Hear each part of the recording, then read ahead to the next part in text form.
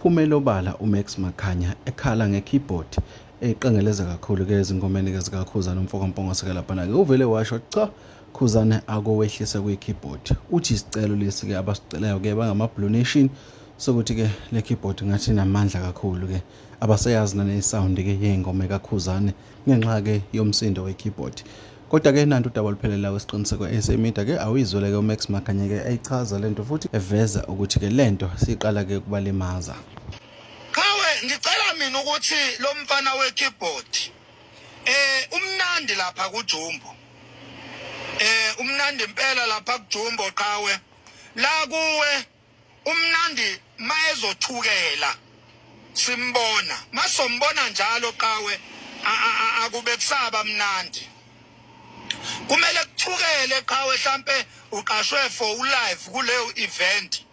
Simboneke lo mfana we-keyboard evela. Uyabona? Nalapho qawe akezile ukuzodominate iperformance yakho. Nalapho uzosynthesize lokho enithi nina ngesintu ukunandisa ngekeyboard bathi keyboard yanandisa. Thina ke ma keyboardist siyazi ukuthi makuthiwa ikeyboard yanandisa kuchaza ukuthi iyasynthesize. Uyabona? Ukusynthesize ke yini? Ukusynthesize ukunonga isound esuka ikhona ebese kuqhamuka ikeyboard nenote elihlukile elizoqhamuka libe umzwilili. Ukusynthesize lokho leli note le keyboard eliqhamuka libe umzwilili yabona umzwilili omnandi kuyisound esuka ivele idominateile kanye nevoice yomculi.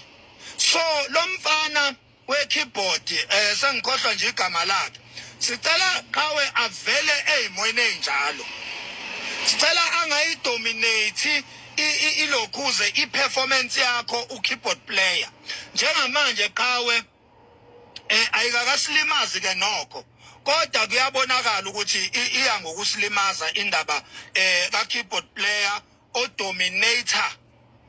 odominator isound yakho kuma performance.